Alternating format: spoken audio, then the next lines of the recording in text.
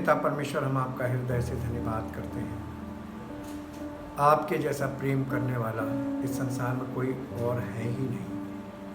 आपने हमसे अत्यंत प्रेम किया, इतना कि हमारे पापों को दूर करने के लिए अपने पुत्र को बलिदान किया, ताकि हे पिता परमेश्वर हम आपके प्रेम को पहचानें और हमारा हृदय आपकी ओर बढ़ने के लिए उत्सुक हो। हमारे अंदर ये इच्छा पैदा हो कि हम अपने परमेश्वर को, जिसने हमें पापों से छुड़ाने के लिए अपने निज पुत्र को बलिदान किया ताकि हमें अपना पुत्र बनाए, उसका धन्यवाद करने का मन करे, उसकी महिमा गाने का वर्णन करें मन करे। और हे पिता परमेश्वर, आपके जैसा कोई और है ही नहीं, ये वास्तविकता है। और इसके लिए हम आपका धन्यवाद करते हैं कि आप महान, अति महान, अनुग्रहकारी, दयालु, सामर्थी और सृष्टि के बनाने वाले, सृष्टि के चलाने वाले आप ही हैं। धन्यवाद करते पिता परमेश्वर, आज जो परिस्थितियां हमारे जीवन में हैं, हमारे चारों ओर हैं, हमारे राज्य में हैं, हमारे देश में हैं, इन सब परिस्थितियों को हम आपकी इच्छा के अनुसार ये मानते हैं प्रभु कि ये सब आपकी योजना के अंतर्गत है, क्योंकि आपका वचन सब कुछ बताता है कि अंत के दिनों में कैसा होगा। जैसा आपका वचन बता रहा है वैसा ही हो रहा है। इसलिए हम मान लेते हैं प्रभु कि आपका वचन पूर्ण सत्य है, जो हमें इन दिनों के लिए पहले से बता रहा था, जानकारी दे रहा था, जो पवित्र आत्मा के द्वारा जानकारी हमें प्राप्त होती है, हम उसे समझ पाते हैं। हम आपका धन्यवाद करते हैं। और आज भी प्रभु आपका आत्मा आपके वचन के द्वारा जो जानकारी हमें देगा उसे हम स्वीकार करेंगे, ताकि प्रभु इन परिस्थितियों में हमें कैसे रहना है और हमारा व्यवहार कैसा होना चाहिए, हमारा आचरण कैसा होना चाहिए, इससे संबंधित वचनों के द्वारा पवित्र आत्मा हमको जानकारी देता है। और हमारी इच्छा परमेश्वर जानना चाहता है कि क्या हम परमेश्वर की पवित्र आत्मा के चलाए चलने को तैयार हैं। हे पिता परमेश्वर, उसके अलावा हमारी भलाई कहीं और है ही नहीं। हम धन्यवाद करते हैं, चाहते प्रभु आपकी इच्छाएं हमारे जीवन से पूरी हों, ताकि आपकी योजनाएं हमारे जीवन में लागू हों और आपकी महिमा प्रकट हो। धन्यवाद के साथ इस प्रार्थना को आपके इकलौते पुत्र प्रभु यीशु मसीह के नाम से मांगते हैं, आमीन। सबको जय मसीह की। परमेश्वर का धन्यवाद हो, उसकी बड़ाई युगान युग होती रहे, क्योंकि वो अत्यंत महान और अनुग्रहकारी और दयालु है। परमेश्वर ने जैसा जैसा अपने वचन में हम लोगों को अंत तक जो जो बातें जैसे जैसे बताई गई हैं, वैसे ही आज हमारे बीच में प्रत्यक्ष रूप से प्रकट है कि वो वैसा ही चल रहा है जैसा लिखा है। और ये इस बात का प्रमाण है कि परमेश्वर का वचन पूर्ण सत्य है, चाहे कोई माने या ना माने। किसी के ना मानने से परमेश्वर के वचन में बदलाव नहीं होगा, और किसी के मान लेने से उसके जीवन में ज़रूर बदलाव होगा, और उसका जीवन परमेश्वर की इच्छा में चल बढ़ने के कारण परमेश्वर की योजनाएं उसके जीवन में लागू हो सकती हैं। इसलिए हम परमेश्वर का धन्यवाद करते हैं और उसके वचन में जाकर हम अपने विषय से संबंधित बातों को देखेंगे कि कौन सी बातें हमारे जीवन में उद्धार के निमित्त हमारे जीवन के लिए आवश्यक हैं, क्या चीज़ें हैं, कैसे हम पवित्र आत्मा की अगुवाई में चल सकते हैं। ये हमारा बहुत मुख्य सवाल है। How we led by the Holy Spirit, हम पवित्र आत्मा के चलाए कैसे चल सकते हैं। अगर हम इस प्रश्न को आपसे पूछें तो इस प्रश्न का कोई सीधा उत्तर नहीं दिया जा सकता, क्योंकि सीधा उत्तर है ही नहीं। अगर परमेश्वर को सब कुछ ऐसे ही करना होता कि बिना अगुवाई के लोगों को उद्धार प्राप्त होता, बिना पवित्र आत्मा से प्रेरित व्यक्ति के सुसमाचार सुना जा सकता, पढ़ा जा सकता और उससे उद्धार हो सकता, तो परमेश्वर ने शुरू से मनुष्यों को चुना क्यों? अपना कार्य करने के लिए।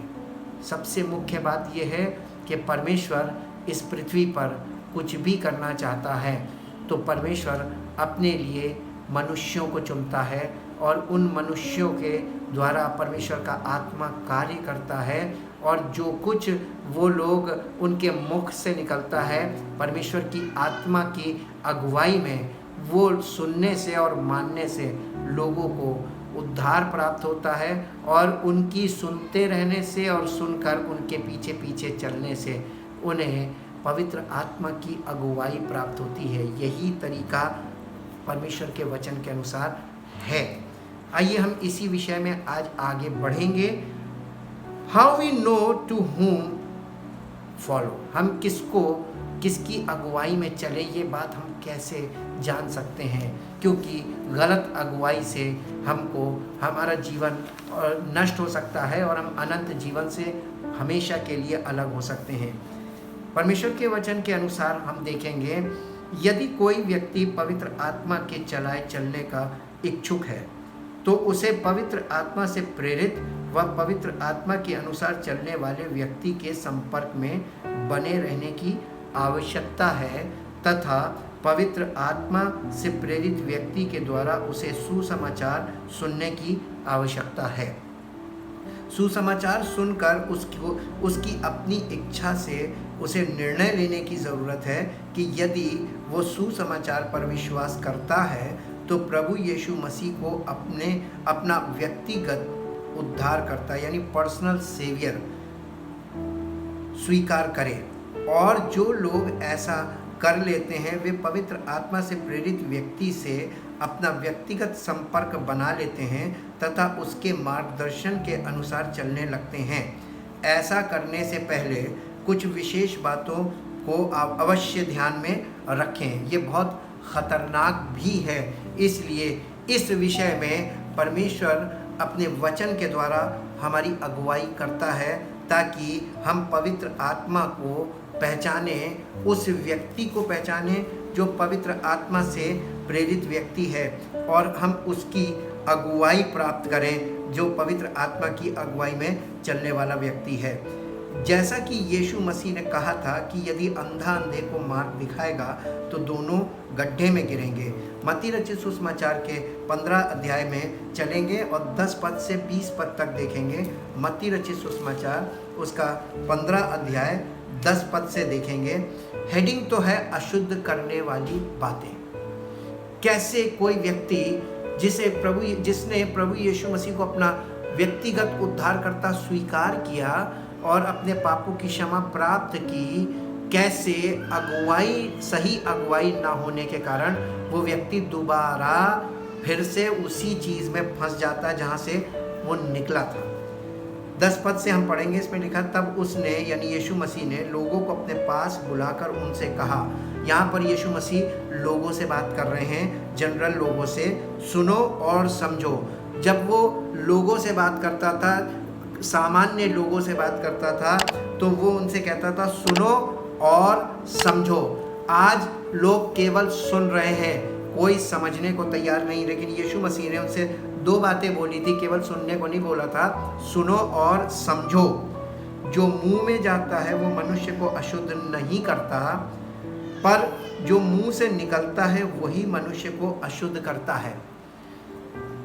तब चेलों ने आकर उससे कहा, यानी यीशु मसीह से कहा, क्या तू जानता है कि फरीसियों ने ये वचन सुनकर ठोकर खाई? क्यों बुरा लगा था शास्त्री और फरीसी लोगों को, जो रिलीजियस लीडर हुआ करते थे उस समय के, कथित धर्म के मानने वाले या धर्मी लोग जो अपने आप को धर्मी प्रकट करते थे, ये वो लोग थे शास्त्री फरीसी। ये चेलों ने आकर यीशु मसीह से कहा कि क्या तू जानता है कि तेरी इस बात से उनको चोट लगी क्या? ऐसा यीशु मसीह ने कहा था। यीशु मसीह ने एक जनरल स्टेटमेंट दिया था, एक ऐसी बात बिना किसी का नाम लिए, बिना किसी को टारगेट किए। उसने ये कहा था कि जो मुंह में जाता है वो मनुष्य को अशुद्ध नहीं करता, पर जो मुंह से निकलता है वही मनुष्य को अशुद्ध करता है। ये बात उनको बहुत बुरी लगी थी, इस बात से उनको बहुत धक्का लगा था। और फिर 13वें पद में लिखा है, उसने उत्तर दिया, हर पौधा जो मेरे स्वर्गीय पिता ने नहीं लगाया उखाड़ा जाएगा, उनको जाने दो। यीशु मसीह ने कहा अपने चेलों से, उनको जाने दो। क्यों? वे अंधे मार्गदर्शक हैं। अंधे मार्गदर्शक। जितने भी रिलीजियस लीडर्स हैं, पहली बात तो ये मार्गदर्शक है। लेकिन मार्गदर्शक किस प्रकार के?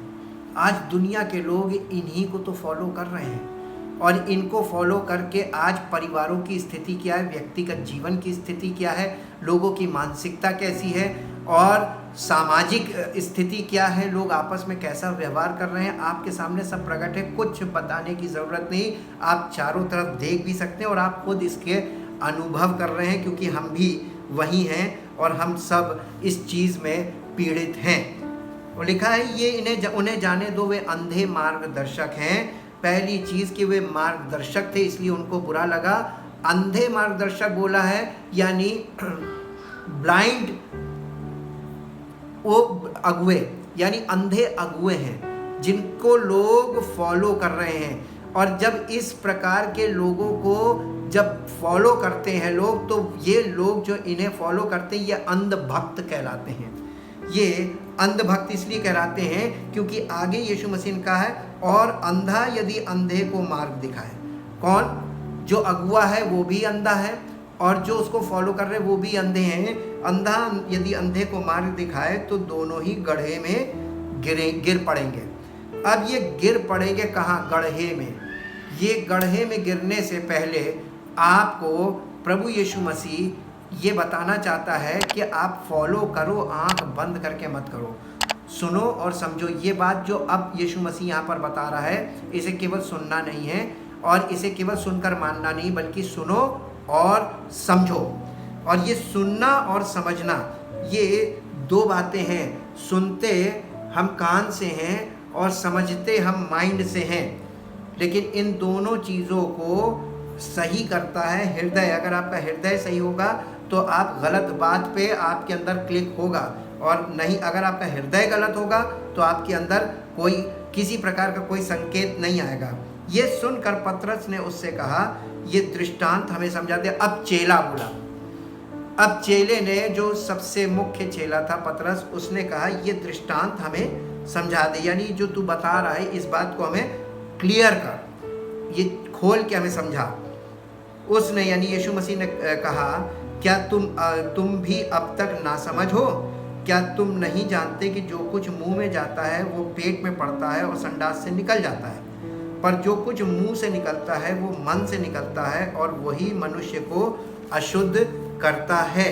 क्योंकि बुरे विचार, हत्या, परस्त्रीगमन, व्यभिचार, चोरी, झूठी गवाही और निंदा मन ही से निकलती हैं। ये ही हैं जो मनुष्य को अशुद्ध करती हैं, परंतु हाथ बिना धोए भोजन करना मनुष्य को अशुद्ध नहीं करता। अशुद्धि, जिस प्रकार की अशुद्धि की बात यीशु मसीह कर रहा है, वो हमारे मन की अशुद्धि है, हमारे हृदय की अशुद्धि है, जो हमारे अंदर है। शरीर को तो रोज सभी लोग साफ करते हैं, स्नान करते हैं, हाथ पैर धोते रहते हैं। इस समय तो लोग हाथ खूब धो रहे हैं, स्नान खूब कर रहे हैं, खूब साफ सफाई चल रही है बाहरी रूप से, लेकिन वो उसके बारे में कभी किसी ने नहीं सोचा कि हमारा हृदय कैसे शुद्ध होगा, हमारा मन कैसे शुद्ध होगा, और हमारे मन के अंदर की अशुद्धि कैसे साफ होगी। दूसरी बात इसमें ध्यान देने वाली है कि अंधे की बात कर रहा है यीशु मसीह, कह रहा अंधा अंधे को मार्ग दिखाए, अंधे मार्गदर्शक। वो किस प्रकार के अंधेपन की बात कर रहा है? ये स्पिरिचुअल ब्लाइंडनेस है जिसके बारे में यीशु बात कर रहा है। स्पिरिचुअल ब्लाइंडनेस मतलब आत्मिक अंधापन। ना अगुए को पवित्र आत्मा की अगुवाई मिल रही है और उसके पीछे चलने वालों को भी नहीं मिलेगी। इसीलिए ये पीछे चलने वाले ये तो ब्लाइंड हैं, लेकिन जो इनका अगुआ है अगर वो भी ब्लाइंड है तो बहुत खतरनाक स्थिति पैदा हो सकती है और हो गई है। प्रभु यीशु मसीह ने इस विषय में खुलकर बताया तथा लोगों को इस विषय में सावधान रहने को भी कहा है। इसीलिए पवित्र आत्मा ने भी पौलुस के द्वारा कलीसिया को पत्रियों में इस विषय में विस्तृत जानकारी के साथ लिखा भी है। पहला तीमुथियुस 4 अध्याय और उसका 1, 2, 3 पद। पहला तीमुथियुस उसका 4 अध्याय, हम पत्रियों में चलेंगे और ये पत्री में पहला तीमुथियुस 4 अध्याय और उसका 1, 2, 3 पद। परंतु आत्मा स्पष्टता से कहता है, कौन किसका आत्मा, कौन सा आत्मा?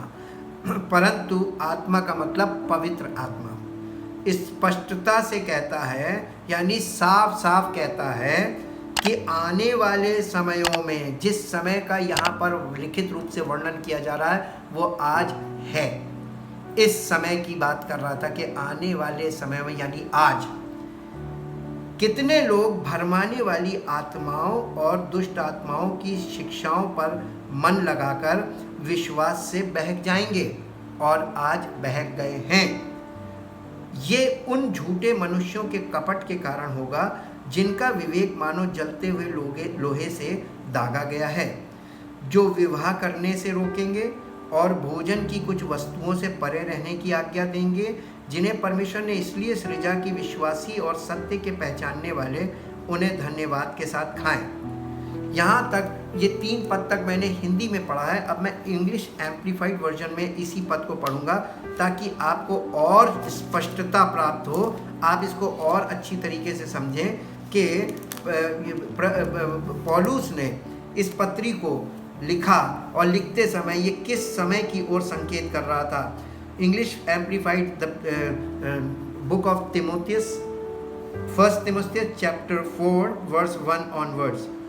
बट द होली स्पिरिट, इसमें साफ लिखा होली स्पिरिट, वहाँ पर लिखा है आत्मा, यहाँ पर लिखा है but the Holy spirit distinctly and expressly declares. ये बात कौन प्रकट कर रहा है? ये पौलुस नहीं प्रकट कर रहा है, ये पौलुस के द्वारा पवित्र आत्मा इस बात को, यानी इस विषय को, जिस विषय को यीशु मसीह ने उस समय के लोगों के साथ बड़ी सफाई से बोला था, उसी विषय को पवित्र आत्मा फिर यहाँ पर उठा रहा है और स्पष्टता के साथ उठा रहा है और कह रहा है दैट इन लेटर टाइम्स, यानी आने वाले समय में, some will turn away from the faith, बहुत से लोग सच्चे विश्वास से या यीशु मसीह से मुड़ जाएंगे, भटक जाएंगे, टर्न अवे यानी घूम जाएंगे, गिविंग अटेंशन टू, और मालूम कहाँ ध्यान देने लगेंगे?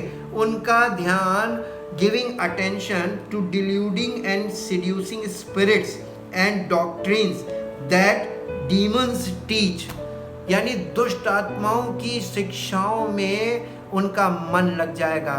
दुष्ट आत्माएं कैसे शिक्षा दे सकती हैं?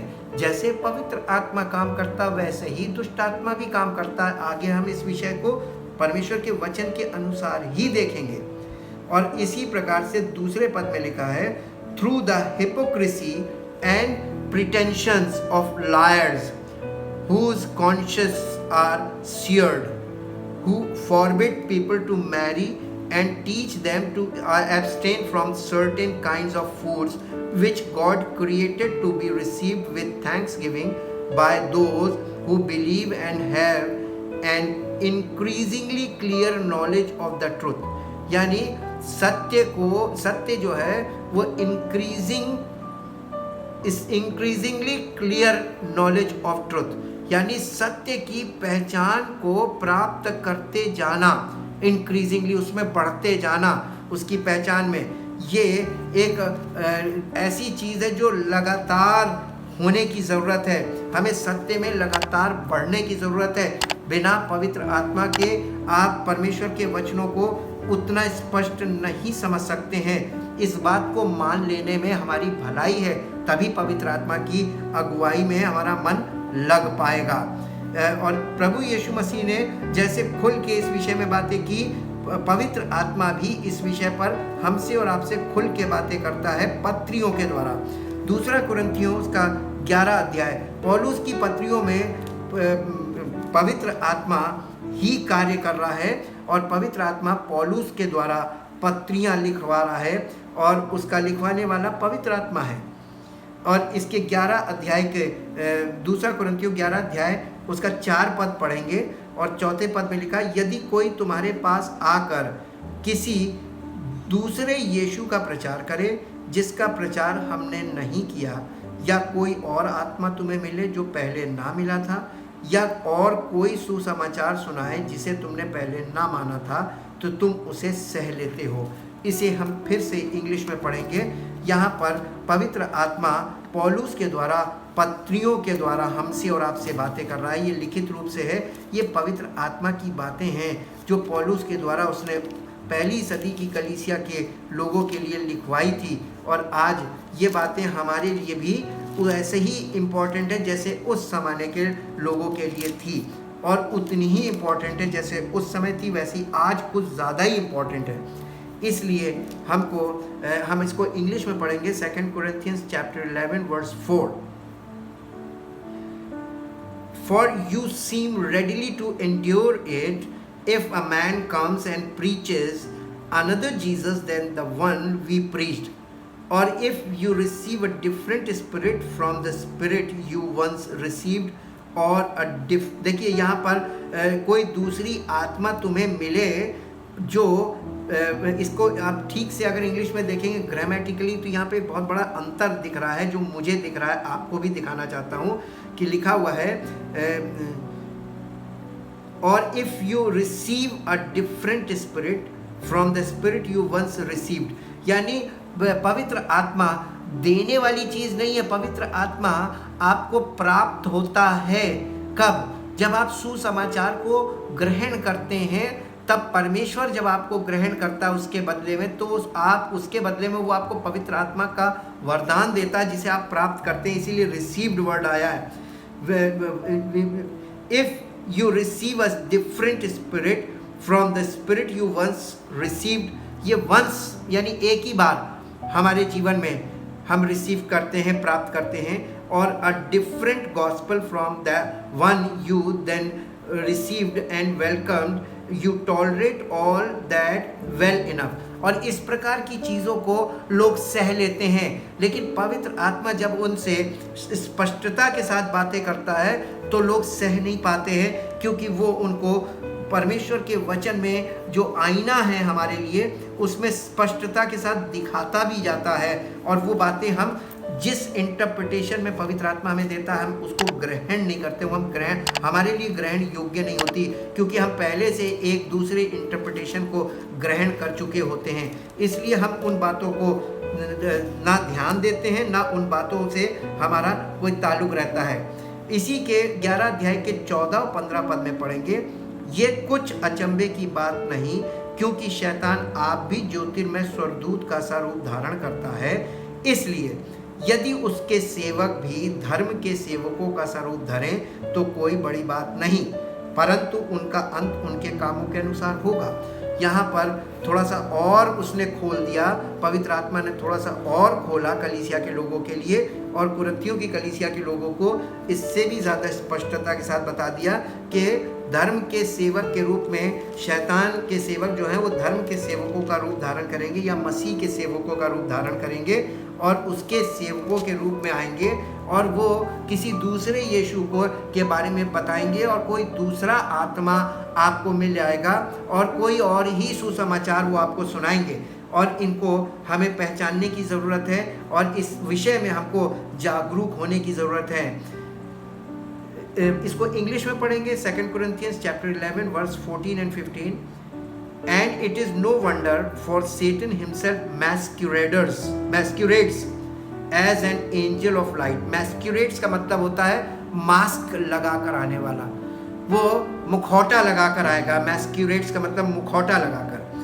So it is not surprising if his servants also masquerade as ministers of righteousness। यानी परमेश्वर की धार्मिकता की बातें करते हुए उसके सेवक आएंगे, शैतान के सेवक को परमेश्वर की धार्मिकता की बात करेंगे, लेकिन their end will correspond with their deeds. लेकिन परमेश्वर उनके बोली के अनुसार उनको एक्सेप्ट नहीं करता, बल्कि उन्होंने क्या किया, उसका परिणाम क्या हुआ, उसके अनुसार उनको प्रतिफल मिलेगा। इसीलिए आपकी मिनिस्ट्री में आपकी ने मिनिस्ट्री कैसे की, कितनी बड़ी की, क्या क्या किया, कहाँ तक तोप चला दी, क्या क्या हुआ, इस पर आपका प्रतिफल नहीं टिकता है। आपका प्रतिफल इस बात पे टिकता है कि आप कितने वफादार रहे, परमेश्वर की आत्मा की अगुवाई में आप कितना एक्यूरेसी के साथ बने रहे, और आप खुद कितना एक्यूरेसी के साथ चले। गलातियों की पत्री, इसीलिए पौलुस ने कहा था कि मैं अपने आप को मारता कूटता और वश में करता हूँ, कहीं ऐसा ना हो कि मैं औरों को तो प्रचार करूँ और खुद निकम्मा ठहरूँ। इस बात में हमें अपने ऊपर बहुत जागरूक रहने की ज़रूरत है। अपने विषय में अगर हम सेवकाई में हैं तो हमें अपने विषय में बहुत ज़्यादा जागरूक रहने की ज़रूरत है, क्योंकि हम कहीं भी फंस सकते हैं और कहीं भी हम लटक सकते हैं। गलातियों की पत्री उसके पहले अध्याय में आएंगे और उसका 6 पद से 9 पद तक पढ़ेंगे। मुझे आश्चर्य होता है कि जिसने तुम्हें मसीह के अनुग्रह में बुलाया उससे तुम इतनी जल्दी फिरकर और ही प्रकार के सुसमाचार की ओर झुकने लगे, परंतु वो दूसरा सुसमाचार है ही नहीं। पर बात यह है कि कितने ऐसे हैं जो तुम्हें घबरा देते हैं और मसीह के सुसमाचार को बिगाड़ना चाहते हैं। परंतु यदि हम या स्वर्ग से कोई दूत भी उस सुसमाचार को छोड़ जो हमने तुमको सुनाया है, कोई और सुसमाचार तुम्हें सुनाए तो श्रापित हो। जैसा हम पहले कह चुके हैं वैसा ही मैं अब फिर कहता हूँ कि उस सुसमाचार को छोड़ जिसे तुमने ग्रहण किया है, यदि कोई और सुसमाचार सुनाता है तो श्रापित हो। यहाँ पर उसको सीधा सीधा ये बताया गया है कि अगर कोई गलत सुसमाचार सुना रहा है या किसी और प्रकार का सुसमाचार सुना रहा है जो परमेश्वर की धार्मिकता के लिए नहीं है, वो सुसमाचार सुनाने वाला व्यक्ति श्रापित है और उसके जीवन से ये बात पता चल जाएगी, क्योंकि वो उस बात को, जिस काम के लिए सुसमाचार दिया गया, वो कार्य कभी पूर्ण नहीं होगा अगर सुसमाचार सही नहीं होगा, सुनाने वाला सही नहीं होगा और सुनने वाला सही नहीं होगा। जब तक सर्किट सही नहीं होगा बत्ती नहीं जलेगी। ये बेसिक प्रिंसिपल है। इसलिए मैं आपसे इन बातों को इतना भी टुकड़ा करके शेयर कर रहा हूँ ताकि आप इस बात की गंभीरता को भी जानें और आप इस बात को अपने विषय में, जो आपके लिए गुड न्यूज़ थी वो आज आपके लिए गुड न्यूज़ क्यों नहीं है और उसका प्रभाव आपको क्यों नहीं मिला, इन सब विषयों पर आप मनन कर सकें और अपने आप को जांच सकें। यीशु मसीह ने अपने समय के लोगों को स्पष्ट रूप से बता दिया था कि इस विषय में सबसे अधिक सावधान रहने की ज़रूरत है। मत्ती रचित सुसमाचार के 24 अध्याय के 4 पद को देखेंगे। सबसे पहले मत्ती रचित सुसमाचार का 24 अध्याय, ये वो अध्याय है जहाँ पर ये लोग कह रहे हैं तेरे आने का और जगत के अंत का क्या चिन्ह होगा। तो यीशु मसीह यहाँ पर चिन्ह बता रहे हैं, वो चिन्ह पर आप ध्यान दीजिए। इसके 4 पद में लिखा हुआ है, यीशु मसीह ने अपने मुंह से कहा, यीशु ने उनको उत्तर दिया, सावधान रहो। इस वाक्य की शुरुआत है सावधान रहो, यानी आज के समय में आपको कैसे रहने की ज़रूरत है, सावधान, आत्मिक तौर पर सावधान रहो, क्यों कोई तुम्हें भरमाने ना पाए। 5वें पद में लिखा, क्योंकि बहुत से ऐसे होंगे जो मेरे नाम से आकर कहेंगे, यीशु मसीह का नाम का प्रयोग किया जाएगा, लोग यीशु मसीह के नाम से प्रार्थनाएं करेंगे, लोग यीशु मसीह के नाम से प्रचार करेंगे, लोग यीशु मसीह के नाम से बड़ी बड़ी मिनिस्ट्री करेंगे और कहेंगे कि मैं मसीह हूँ और बहुतों को भरमाएंगे। ये पहले से यीशु मसीह ने बता दिया था। और इसके बाद इसके 11 पद में फिर उसने कहा, बहुत से झूठे भविष्यवक्ता उठ खड़े होंगे और बहुतों को भरमाएंगे। एक बहुत बड़ी तादाद इसमें होगी, यहाँ पर यानी बहुतों पर फोकस करा दिया। फिर इसके 11वें पद में फिर उसने कहा, 11वें पद के बाद 24वें पद में, क्योंकि झूठे मसीह और झूठे भविष्यवक्ता उठ खड़े होंगे और बड़े चिन्ह और अद्भुत काम दिखाएंगे कि यदि हो सके तो चुने हुओं को भी भरमा दें। और इसमें वो जो मजबूत लोग हैं जिन पर परमेश्वर ने विश्वास योग्य समझकर भरोसा किया, ऐसे चुने हुए लोगों को भी ये भरमा देंगे, इतने पावरफुल होंगे। अब आप ऐसे लोगों से कैसे बच सकते हैं? बहुत कठिन विषय है और गंभीर भी। अपने चेलों को और उस समय के लोगों से भी यीशु मसीह ने कहा था। मत्ती रचित सुसमाचार में शुरू में चलेंगे, 7 अध्याय, मत्ती रचित सुसमाचार 7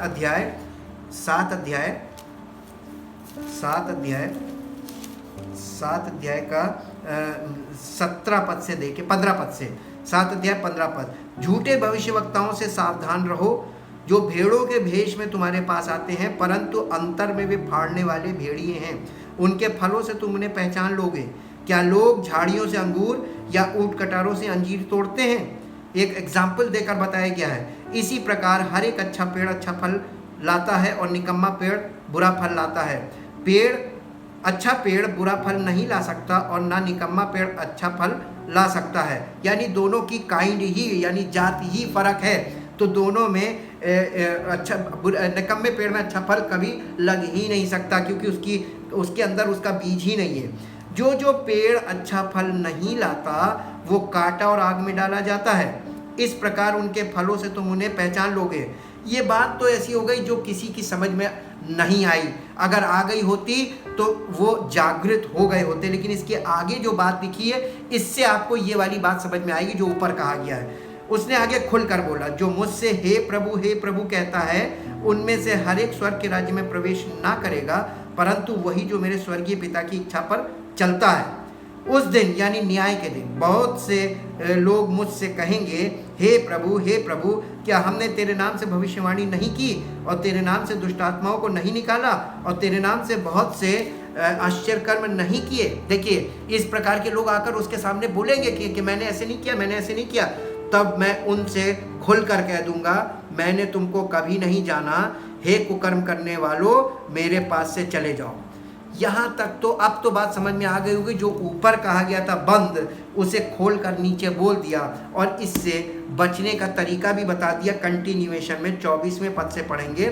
इसलिए जो कोई मेरी ये बातें सुनकर, जो अभी ऊपर बोला गया, ये बातें सुनकर उन्हें मानता है, वो उस बुद्धिमान मनुष्य के समान ठहरेगा जिसने अपना घर चट्टान पर बनाया और मेघ बरसा और बाढ़ें आई और आंधियां चली और उस घर से टकराई, फिर भी वो नहीं गिरा क्योंकि उसकी नींव चट्टान पर डाली गई थी। परंतु जो कोई मेरी ये बातें सुनता है और उन पर नहीं चलता, वो उस निर्बुद्धि मनुष्य के समान ठहरेगा जिसने अपना घर बालू पर बनाया और मेघ बरसा और बाढ़ें आई और आंधियां चली और उस घर से टकराई और वो गिर कर सत्यानाश हो गया। यानी अगर आपका विश्वास सत्यानाश हो जाए एक समस्या में, तो आपने बालू पे घर बनाया, किसकी सुनी, किससे सुना, किसको फॉलो किया, आपके जीवन में विश्वास का प्रतिफल उस समय पता चलता है जब आपके जीवन में आंधी तूफान आते हैं, यानी मुश्किलातें आती हैं, विपरीत परिस्थितियां आती हैं।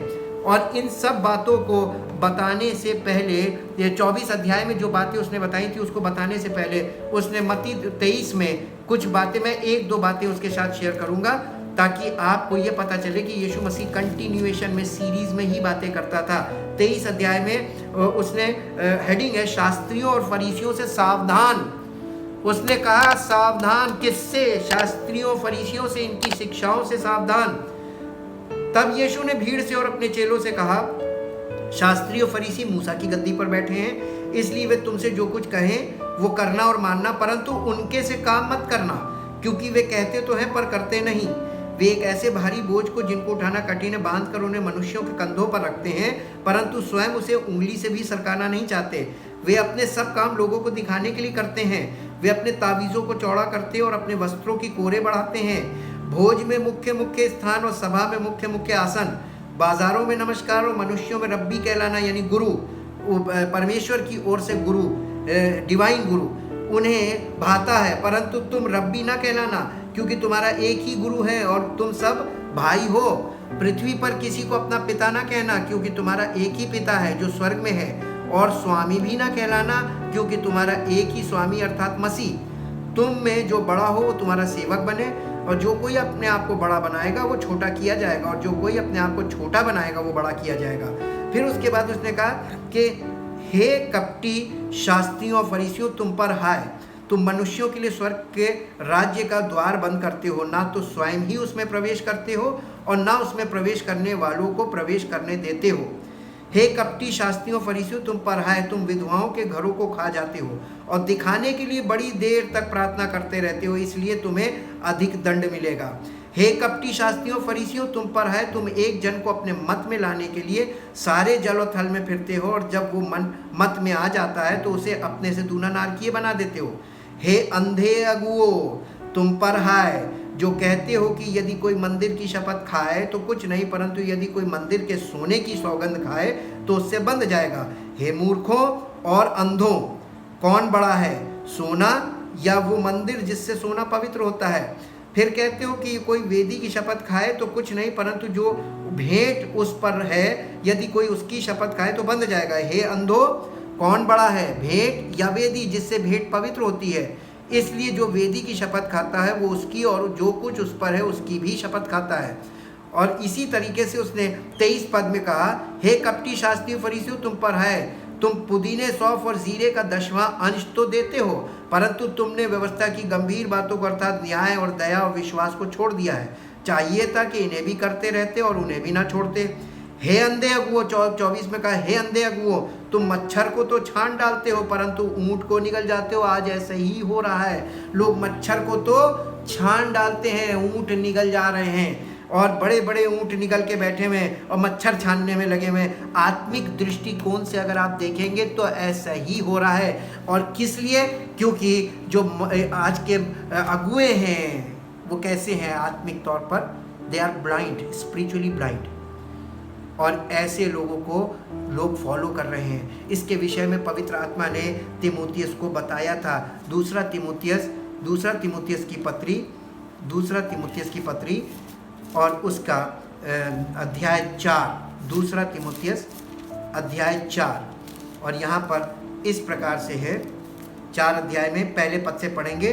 परमेश्वर और मसीह यीशु को गवाह करके जो जीवितों और मरे हुओं का न्याय करेगा और उसके प्रकट होने और राज्य की सुधि दिलाकर, मैं तुझे आदेश देता हूँ कि तू वचन का प्रचार कर, समय और असमय तैयार रहे, सब प्रकार की सहनशीलता और शिक्षा के साथ उलाहना दे और डांट और समझा, क्योंकि ऐसा समय आएगा और अब है। जिस समय की यहाँ पर चर्चा हो रही है वो आज है। ऐसा समय आएगा यानी जो आज है, जब लोग खरा उपदेश ना सह सकेंगे पर कानों की खुजली के कारण अपनी अभिलाषाओं के अनुसार अपने लिए बहुत से उपदेशक बटोर लेंगे और अपने कान सत्य से फेरकर कथा कहानियों पर लगाएंगे। पर तू सब बातों में सावधान रहे, दुख उठा, सुसमाचार प्रचार का काम कर और अपनी सेवा को पूरा कर। ये पवित्र आत्मा से प्रेरित व्यक्ति के लिए लिखा है। केवल वही इस बात को एक्सेप्ट करेगा और वही इस बात को फॉलो करेगा। बाकी लोग अपनी अभिलाषा के अनुसार अपने लिए उपदेशक बटोरेंगे, क्योंकि ऐसे उपदेशक ढेरों खड़े यीशु मसीह के कहने के अनुसार बहुतेरे होंगे जो बहुत लोगों को भरमाएंगे। तो ज़्यादा मात्रा भरमाने वालों के पास है और जो भ्रमित है वो ज़्यादा लोग हैं। हम परमेश्वर का बहुत धन्यवाद करते हैं उसके पवित्र वचनों के लिए, और उससे ज़्यादा धन्यवाद करते हैं पवित्र आत्मा के लिए। अगर पवित्र आत्मा हमें वचनों को प्रकट ना करे, उन्हें क्लियर ना करे, हमें ना समझाए खोल के, तो हम नहीं समझ सकते।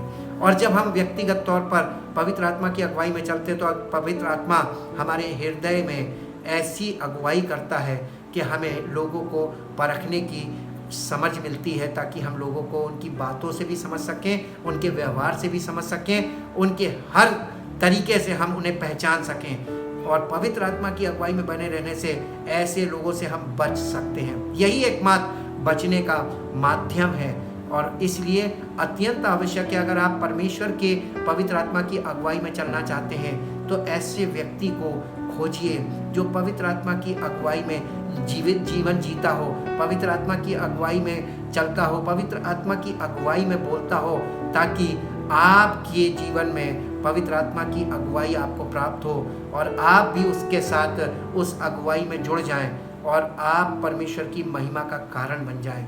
हम धन्यवाद करते हैं, परमेश्वर हमारे जीवन से ऐसे ही चाहता है। उसके इकलौते पुत्र प्रभु यीशु मसीह की महिमा हम सबके जीवन से सदैव हो।